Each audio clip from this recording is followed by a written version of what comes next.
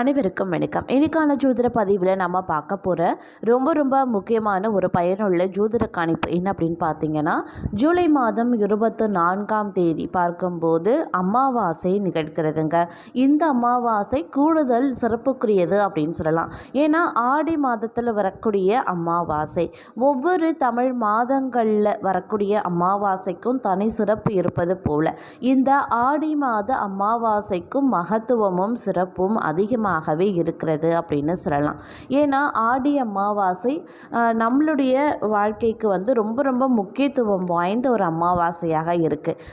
நம்ம மாதம் வரக்கூடிய அமாவாசையில் நம்மளால் செய்ய முடியாது, படைக்க முடியல, முன்னோர்களை நினைவு கூற முடியல, இப்படி இருக்கிறவங்க வருடத்திற்கு வரக்கூடிய 3 அமாவாசையில் நாம் நம்மளுடைய பிரார்த்தனைகள், நம்மளுடைய விரத வழிபாடுகள், முன்னோர்கள் வழிபாடுகள், திதி கொடுக்கறது, சிரார்த்தம் கொடுக்கறது, இந்த மாதிரியான பல வழிகளை நாம் மேற்கொள்ளக்கூடிய பட்சத்தில் அது நமக்கு அதீத நன்மையை ஏற்படுத்தும். அதில் ஆடி அமாவாசை அப்படிங்கிறதும் சிறப்பாக பார்க்கப்படுகிறது. தை அமாவாசை, ஆடி அமாவாசை, மகாலபட்சம் அப்படின்னு சொல்லக்கூடிய இந்த 3 அமாவாசைகளில் நாம் நம்மளுடைய முன்னோர்களுக்கு செய்ய வேண்டிய திதி, தர்ப்பணம், சிரார்த்தம், வழிபாடுகள், படையல் போட்டு வழிபடுறது, இந்த மாதிரி அனைத்து விஷயங்களையும் நம்மளால் என்ன செய்ய முடியுமோ அதை செய்து நம்ம முன்னோர்களை நினைவு கூறக்கூடிய பட்சத்தில் முன்னோர்களினுடைய அருள் நமக்கு பரிபூரணமாக உடனடியாக கிடைப்பது அப்படிங்கிறதுல எந்தவித சந்தேகமும் கிடையாது. அப்படிப்பட்ட ஆடி அமாவாசை தினத்தன்று நவக்கிரகங்களில் ஏற்படக்கூடிய அதிரடியான மாற்றம் அனைத்து ராசிக்காரர்கள் மத்தியிலுமே வெகுவான தாக்கத்தை அது ஏற்படுத்தவிருக்கிறது.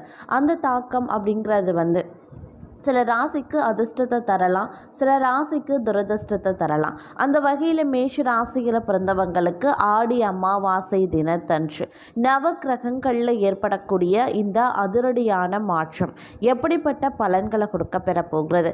அவங்களுக்கு சாதகமாக இருக்குமா அல்லது சாதகமற்ற விளைவுகளை ஏற்படுத்துமா? என்ன மாதிரியான விஷயங்கள்லாம் எச்சரிக்கையாக இருக்கணும், என்ன மாதிரியான விஷயங்கள் மேற்கொண்டால் அவங்களுக்கு நன்மை ஏற்படும் அப்படிங்கிறத பற்றி நீங்கள் தெரிஞ்சுக்க வீடியோவை ஸ்கிப் பண்ணாமல் கடைசி வரைக்கும் பாருங்கள். வீடியோக்குள்ளே போகிறதுக்கு முன்னாடி இது வரைக்கும் நீங்கள் நம்ம சேனலை சப்ஸ்கிரைப் பண்ணலை அப்படின்னா உடனே சப்ஸ்கிரைப் பண்ணிக்கோங்க. அப்படியே பக்கத்தில் இருக்கக்கூடிய நோட்டிஃபிகேஷனுக்கான பெல் பட்டனையும் ப்ரெஸ் பண்ணிக்கோங்க. சரி நேயர்களே, வாங்க வீடியோக்குள்ளே போகலாம். நவக்கிரகங்களினுடைய அமைப்பு மேஷராசிக்காரர்களுக்கு பெரும்பாலும் இந்த ஆடி அமாவாசை தினத்தன்று சாதகமற்ற நிலையில் இருக்கிறதுனால கொஞ்சம் உஷாராகவே இருப்பது ரொம்ப அவசியமான ஒன்று. இந்த காலகட்டத்தில் தங்களுடைய அவசரத்தினாலேயே நிறைய பிரச்சனைகளை நீங்கள் எதிர்கொள்ள வேண்டியதாகவும் இருக்க பெறலாம். அதனால கொஞ்சம் கூடுமான வரைக்கும் அதீத கவனத்தோடு இருக்க பாருங்க. இல்லை அப்படிங்கிற பிரச்சனையில் உங்களுடைய வாழ்க்கையில் சில பல தோல்விகளையும் சந்திக்க நேரிடுங்க. அதே மாதிரி சில விஷயங்களை போராடி ஜெயிக்க வேண்டியதாக இருக்கும். நிறைய சவால்களை எதிர்கொள்வீங்க. மறைமுகமான எதிரிகள் நேரடியாகவே தங்களுக்கு தொல்லை கொடுக்கவும் ஆரம்பிப்பாங்க. பொருளாதார வீழ்ச்சி உருவாக செய்யும். இந்த மாதிரி அடுக்கடுக்கான சூழ்நிலைகள் தங்களை பிரச்சனைக்கு உள்ளாக்கும். மன அழுத்தத்தை ஏற்படுத்தும். மனக்குழப்பம், பயம், இது போன்ற உணர்வுகளை உருவாக்கலாம். அதனால கொஞ்சம் கவனமாயிருங்க. தொழில் வியாபாரம் செய்பவர்களுக்கு இந்த காலம் அப்படிங்கிறது ஏதுவான காலமாக இருக்க பெற்றாலும் தங்களுடைய கடின உழைப்பின் காரணமாக மட்டுமே தங்களால் இந்த காலகட்டத்தில் ஒரு நல்ல லாபத்தை தங்களால் எதிர்பார்க்க முடியும் அப்படின்னு சொல்லலாம். இல்லைங்கிற பட்சத்தில் சின்னதான இடைஞ்சல்கள் வரலாம், சின்ன லாபம் நஷ்டத்தை ஏற்படுத்தலாம். இந்த மாதிரியான விஷயங்கள் இருக்குது. அதனால் கொஞ்சம் கவனமாகிருங்க. அதே மாதிரி கிரகங்கள் அப்படிங்கிறதுல உங்களுக்கு சாதகமற்ற நிலையில் பெரும்பாலும் இருக்கிறது அப்படிங்கிறதுனால எந்த ஒரு விஷயத்தையுமே தீர ஆலோசனை பண்ணி முடிவெடுக்கிறது நல்லதுங்க. இல்லை அப்படிங்கிற பட்சத்தில் தேவையில்லாத விளைவுகளை எதிர்கொள்ள வேண்டியதாக இருக்கும். குடும்பம் ரீதியாக இருக்கட்டும், உத்தியோகம் ரீதியாக இருக்கட்டும், இல்லை தொழில் வியாபாரம் ரீதியாக இருக்கட்டும், என்ன மாதிரியான விஷயங்களை நீங்கள் அவசரப்பட்டோ அலட்சியப்பட்டோ ஏனோ தானோனோ இருக்கிறீங்களோ அந்த இடத்துல அந்த விஷயம் சார்ந்த காரியங்கள் தங்களுக்கு ரொம்ப மோசமான விளைவுகளை ஏற்படுத்தும்.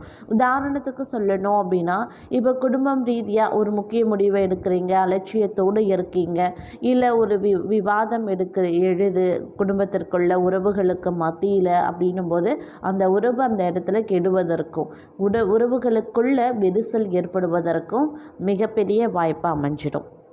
அதே மாதிரி உத்தியோகம் ரீதியாக நீங்கள் எடுக்கக்கூடிய இந்த அலட்சியமான போக்கு, அலட்சியமாக இருக்கிறது அப்படிங்கிறது பணியிடத்தில் பணி சுமைகள் அதிகரிக்கலாம், இல்லை வேலை பறிபோவதற்கும் அது வாய்ப்பாக அமையும். இந்த மாதிரியான எதிர்வினைகளை நீங்களே உங்களுக்காக நீங்கள் வைத்துக்கொள்வீங்க அப்படின்னு தான் சொல்லணும். அதனால் கொஞ்சம் உஷாராக இருங்க.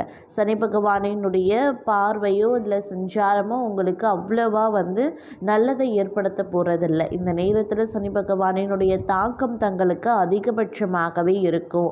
அப்படிங்கிறதுனால செலவினங்கள் விஷயத்தில் ரொம்ப ரொம்ப கவனமாக இருக்கும். ஏன்னா விரைய செலவுகள் நிறையவே ஏற்பட வாய்ப்புகள் இருக்கிறதுனால கொஞ்சம் கவனத்தோடு இருக்க பாருங்கள். அது ரொம்ப ரொம்ப முக்கியமான ஒன்று அப்படிங்கிறதையும் நினைவில் வைத்து கொண்டு செயல்பட வேண்டியது அவசியமான ஒன்றுங்க. அது மட்டும் இல்லாமல் ஓரளவுக்கு வேலை, தொழில், சம்பளம் அப்படின்னு ஒரு நல்ல முன்னேற்றத்தை கொடுத்தாலும் மற்றொரு புறம் விரயங்களையும் ஏற்படுத்த தான் செய்யும். அதே மாதிரி வீடு, வாகனம் வாங்கக்கூடிய யோகம் சிலருக்கு அமைய பெறுதுங்க. இருப்பினும் வீடு, வாகனம் வாங்குறீங்க அப்படின்னா அதில் கொஞ்சம் கவனத்தோடு இருப்பது அவசியமாகிறது. வில்லங்கம் ஏதாவது இருக்கிறதா அப்படிங்கிறத தீர விசாரித்து வாங்கிறது நல்லது அப்படின்னு கூட சொல்லலாம். அதே மாதிரி எல்லா விஷயத்துலையுமே ஓரளவுக்கு சாதகமான நிலைகள் ஏற்பட்டாலும் கூட நீங்கள் கொஞ்சம் எச்சரிக்கையுடன் செயல்பட வேண்டியது அவசியங்க. உடல் நலம், குடும்பத்தினுடைய நலன்கள் குறித்து நீங்கள் கவனத்தை செலுத்த வேண்டியதாக இருக்கும் அப்படின்னு சொல்லலாம். அதே மாதிரி கொஞ்சம் சிக்கனத்தை கடைபிடிக்கிறதும் ரொம்ப ரொம்ப நல்லது. வருமானத்திலேயோ பண வரவிலோ குறைவு இருக்காது. அதே மாதிரி பொருளாதாரம் நன்றாக இருந்தாலும் கூட வீண் செலவுகளை தவிர்ப்பது நல்லதுங்க. ஆடம்பரமான செலவுகள், வசதிக்காக, சௌகரியங்களுக்காக அடுத்தடுத்து செலவுகள் செய்கிறது கடன் வாங்கக்கூடிய சூழலை ஏற்படுத்தும். கடன் வாங்கி வீடு வாங்கிறது, சுபகாரியங்கள் செய்கிறது உள்ளிட்ட விஷயங்களை செய்யலாம். ஆனால் தேவையில்லாத அனாவசிய செலவுகளை கட்டுப்படுத்தி கொள்ளுங்க. அதே மாதிரி குடும்பத்தில் சின்ன சின்னதாக அவ்வப்போது சலசலப்புகள் ஏற்படத்தான் செய்யும். வீட்டில் பெரியவர்களினுடைய ஆலோசனையை கேட்டு நடப்பது நல்லது. கணவன் மனைவி உறவுல மூன்றாவது நபரின் தலையீட்டு அனுமதிக்காமல் இருக்க வேண்டும். அதே மாதிரி சகோதரர்களுடன் ஏற்படக்கூடிய பிரச்சனையை பெரிதாக்காமல் சுமூகமாக அல்லது அமைதியாக தீர்த்து கொள்வது பெரிய விரிசல்கள் ஏற்படாமல் தவிர்க்க உதவுங்க. அதே மாதிரி திருமணமாகி நீண்ட காலமாக குழந்தை இல்லாத தம்பதியினருக்கு இந்த காலகட்டத்தில் குழந்தை செல்வம் கொடுக்கும் அப்படின்னு கூட சொல்லலாம். குழந்தைகளான செலவுகள் அதிகரித்தாலும் கூட குழந்தைகள் மூலம் நல்ல செய்திகளையும் நீங்கள் கேட்பீங்க. அதே நேரத்தில் குழந்தைகளினுடைய நட்பு வட்டத்தையும் கவனிக்க வேண்டியது அவசியமான ஒன்றுங்க. இந்த காலகட்டத்தில் செல்வாக்கு மிக்க நபர்களினுடைய அறிமுகம் தங்களுக்கு கிடைக்கப்பெறலாம். இதன் மூலமாக பார்த்தீங்கன்னா தொழில் அப்படி இல்லைனா வியாபாரத்தில் நல்ல ஆதாயம் பெறுவதற்கும் வாய்ப்பு இருக்குங்க. வேலை இல்லாதவர்களுக்கும் முயற்சி பண்ணிங்க அப்படின்னா கண்டிப்பாக நல்ல வேலை கிடைக்குங்க. வெளிநாட்டு வேலைக்கு முயற்சி செய்பவர்களுக்கு பெரிய அளவு சிக்கல்கள் இல்லாமல் வேலை கிடைக்க சாத்தியமும் இருக்கு. அதே மாதிரி பணவரவு ஓரளவுக்கு நன்றாகவே இருக்கும்.